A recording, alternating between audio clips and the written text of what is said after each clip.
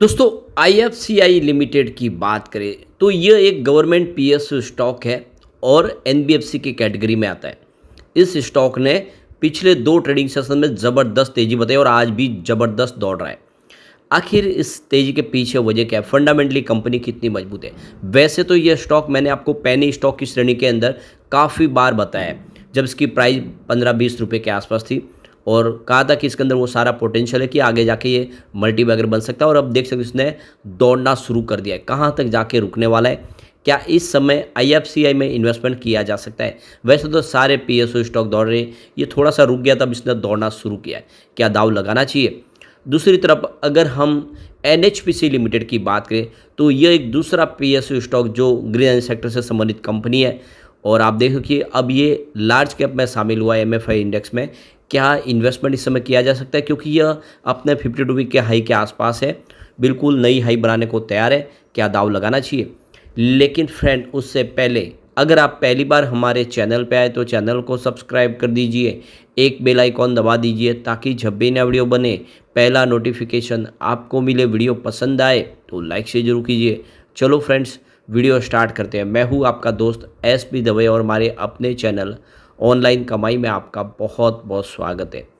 तो सबसे पहले आईएफसीआई के कारोबार की बात करें तो इस समय स्टॉक 78.27 के आसपास ट्रेड कर रहा है। 11 बजे के आसपास का टाइम है। 12.51% यानी लगभग 13% की बम्पर तेजी बनी हुई है। ज़बरदस्त दौड़ लगा रहा है स्टॉक। अब ये पिछले 1 साल में बहुत बड़ा मल्टीबैगर साबित हुआ। करीब इसने 511% का ज़बरदस्त रिटर्न दिया है।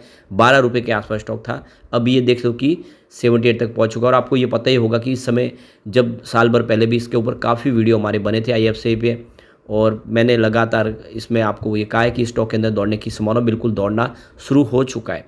पिछले 6 महीनों में देखिए इसने 142% का ज़बरदस्त रिटर्न दिया है। 32 के आसपास स्टॉक था 15 जनवरी को। और यहाँ पे अगर हम बात कर ले पिछले 5 दिनों की तो 20% की ज़बरदस्त तेज़ी बनी है। 65 से स्टॉक 78 तक आ चुका है और आज इसने एक फ्रेश 52 वीक का नया हाई बनाया है 78 पर। शुरुआत की थी स्टॉक की आज 70 पर। 52 वीक का लो इसका 12 रुपये का है और हाई 78 का है। सबसे बड़ी गौर करने वाली बात है कि इसकी जो ऑल टाइम हाई है वो 121 के आसपास है। उस लेवल से स्टॉक अभी बहुत नीचे है, यानी यहाँ से दौड़ने की संभावना काफ़ी ज़्यादा है। अब यहाँ पे वॉल्यूम टॉपर आज बना हुआ है पूरे बाजार में। वॉल्यूम के मामले में नंबर 2 पे आपको आईएफसीआई दिखाई देगा और आईआरएफसी नंबर 3 पे है। यस बैंक नंबर 4 पे थोड़ी सी कमजोरी है और एनएचपीसी लिमिटेड आपको नंबर 5 पे दिखाई देगा। अब यहाँ पे जो सबसे बड़ी बात है कि पिछले 4 सालों में इस मल्टीबैगर स्टॉक ने 850% से ज़्यादा का निवेश के ऊपर आपको रिटर्न दे दिया है। काफ़ी ज़बरदस्त दौड़ लगाई है और फ्राइडे को भी देखें तो इस स्टॉक के अंदर 12% की तेज़ी देखने को मिली थी और आज फिर 13% की तेज़ी, यानी 2 ट्रेडिंग सेशन में ही 25% का ज़बरदस्त इसने रिटर्न दे दिया है। और इसमें एलआईसी का भारी निवेश है। एलआईसी ने काफ़ी बड़ा निवेश किया हुआ है। इसका मार्केट कैप 18,195 करोड़ तक पहुँच चुका है और अब देख लो कि तेज़ी से दौड़ रहा है। सबसे जो बड़ी बात है, कंपनी ने Q4 के नतीजे जारी किए थे वो काफ़ी बेहतर थे और आप देख लो कि कंपनी का जो इस समय रिवेन्यू में जो है उसमें 46.4% की वृद्धि देखने को मिली थी, जो देख सकते हो कि करीब 605 करोड़ तक पहुंच गया, जो पिछले 1 साल पहले 413 करोड़ के आसपास था। कंपनी नेट लॉस में थी और वो नेट लॉस से प्रॉफिट में आई है। तो कंपनी को 241 करोड़ का जो नेट लॉस था 1 साल पहले, उसकी जगह पे कंपनी 157 करोड़ के प्रॉफिट में आ गई है। तो भारी लॉस से कंपनी प्रॉफिट में आ गई है और ऐसे में स्टॉक की प्राइस बढ़ने की संभावना पूरी तरह से दिख रही है। आईएफसीआई लिमिटेड की बात करें, यह industrial finance corporation of India कहा जाता है इसको। एक सरकारी कंपनी है, नॉन बैंकिंग फाइनेंशियल यानी एनबीएफसी की कैटेगरी तक आती है और इसका 1948 में इसकी शुरुआत की थी। इंडस्ट्रियल प्रोजेक्ट के लिए लॉन्ग टर्म में फाइनेंस प्रोवाइड करने के लिए इस कंपनी की शुरुआत की थी। तो यह आप देख दो एयरपोर्ट्स हो, रोड्स हो, टेलीकम्युनिकेशन, पावर सेक्टर और रियल इस्टेट, मैन्युफैक्चरिंग और सर्विस सेक्टर के लिए यह फाइनेंस प्रोवाइड करने का काम करती है। बिल्कुल आप देखिए जिस तरह से आईआरएफसी हो या फिर एडा हो, उसी तरह से ये कंपनी भी है जो सरकारी कंपनी अलग अलग सेक्टर के लिए फाइनेंस प्रोवाइड करती है। अगर आप इसके रिवेन्यू की बात करें 2020 में 2871 करोड़ के आसपास था, जो लगातार गिरते हुए 2023 में 1485 करोड़ तक आ गया था। यानी पिछले 4 साल से रिवेन्यू गिरा था, लेकिन 2024 में रिवेन्यू ज़बरदस्त बढ़ के 1986 करोड़ तक आया।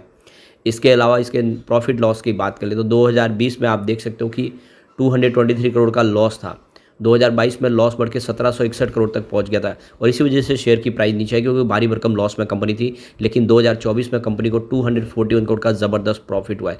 तो बड़े लॉस से प्रॉफिट में आ गई है कंपनी और इसीलिए इसकी जो प्राइस है अब वो बढ़ना लाजमी है। इसका ईपीएस जो लगातार नेगेटिव था, आप देखें 2020 में 1.36 रुपीज़ था, जो 2021 में बढ़ के 10.24 रुपीज़ माइनस हुआ, लेकिन इस बार 2024 में 0.42 रुपीज़ पॉजिटिव है। तो पहली बार 2024 में ईपीएस पॉजिटिव हुआ है, ये इसके लिए शुभ संकेत है। इसके अलावा देखें तो यहाँ पे जून महीने में म्यूचुअल फंड ने एंट्री कर लिया, 3 म्यूचुअल फंड ने नया निवेश शुरू किया, जबकि एक भी म्यूचुअल फंड यहाँ से एग्जिट नहीं हुआ है। ये बहुत बड़ा पॉजिटिव पॉइंट है।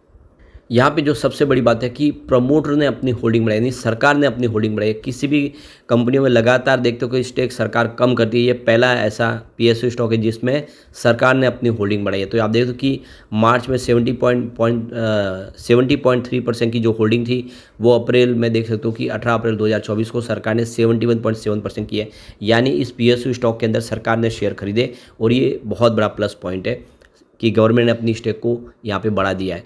यहाँ पे एफआई का इन्वेस्टमेंट यहाँ पे लगभग एक जैसा ही है, देख सकते हो कि 2.3% होल्डिंग थी मार्च में, जो फिलहाल अनचेंज है। डीआई की होल्डिंग थोड़ी सी कम जरूरी है, 6% की होल्डिंग थी मार्च में, अप्रैल में 5.6% हुई है, यानी यहाँ पे डीआई ने कुछ अपनी प्रॉफिट बुकिंग की है।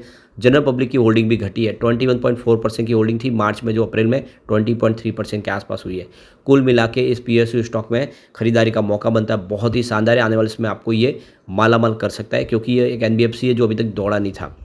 अब चलते हैं एनएचपीसी लिमिटेड की तरफ। तो 117 पर इस समय स्टॉक है, 3.52% की शानदार तेजी देखने को मिल रही है और देख सकते हो कि स्टॉक काफ़ी बेहतर प्रदर्शन कर रहा है, लगातार दौड़ रहा है। पिछले एक साल में इसने 153% का ज़बरदस्त रिटर्न दिया, 46 के आसपास स्टॉक था और अभी 6 मंथ के हिसाब से भी देखें तो इसने 61% का ज़बरदस्त रिटर्न दिया, 72 के आसपास स्टॉक था 6 महीने पहले और पिछले 5 दिनों में 11% की तेज़ी बन चुकी है, 104 से 116 पे आए और अब आप देख सकते हो कि लगातार दौड़ रहा है। यह फ्रेश हाई बनाता हुआ आपको दिखाई देगा।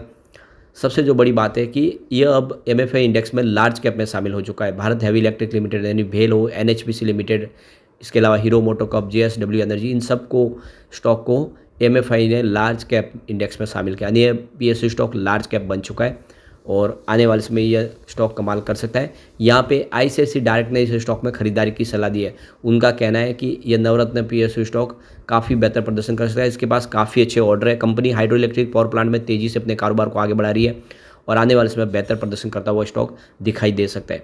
यहाँ पर अगर हम एनालिस्टों की राय देखें स्टॉक को लेकर तो यहाँ पे देखो कि करंट लेवल पर 3 एनालिस्ट है जो इसमें खरीदारी की सलाह दे रहे हैं, स्ट्रॉन्ग बाय की कॉल दे रहे हैं। 1 वीक पहले 2 थे और 1 मंथ पहले 3 थे। फिलहाल आप देखें तो स्ट्रॉन्ग बाय की कॉल देने वाले ज़्यादा है। बाय की रिकमेंडेशन में देख सकते हो कि एक बाय की रिकमेंडेशन है, 1 वीक पहले भी थी लेकिन 1 महीने पहले नहीं थी। तो अभी फिलहाल देखिए स्ट्रॉन्ग बाय और बाय वाले यहाँ पे नए एनालिस्ट बढ़ चुके हैं। होल्ड की रेटिंग किसी की भी नहीं है, सेल की रेटिंग वाले लगातार 2 बने हुए और स्ट्रॉन्ग सेल की रेटिंग वाले भी 1 बना हुआ है। तो पलड़ा जो भारी है वो खरीदारी वालों का है। एनालिस्ट इसमें ज़्यादा करके खरीदारी की सलाह दे रहे हैं। स्टॉक आने वाले इसमें बेहतर प्रदर्शन कर सकता है। कुछ डील हुई है, उन डील की तरफ चलते हैं। तो सुबह 9:20 पर 113 की प्राइस से 18,35,000 शेयरों की बिकवाली हुई। तो फिर 9:23 पर 113 की प्राइस से 11,32,000 शेयरों की शानदार खरीदारी हुई और फिर 9:24 पर 114 की प्राइस से 10,15,000 शेयरों की एक खरीदारी और हुई। तो फिर 10:30 पर 115 की प्राइस से 11 लाख शेयरों की ज़बरदस्त खरीदारी हुई। तो फिर 10:49 पर 116 की प्राइस से 12,57,000 शेयरों की खरीदारी और हुई।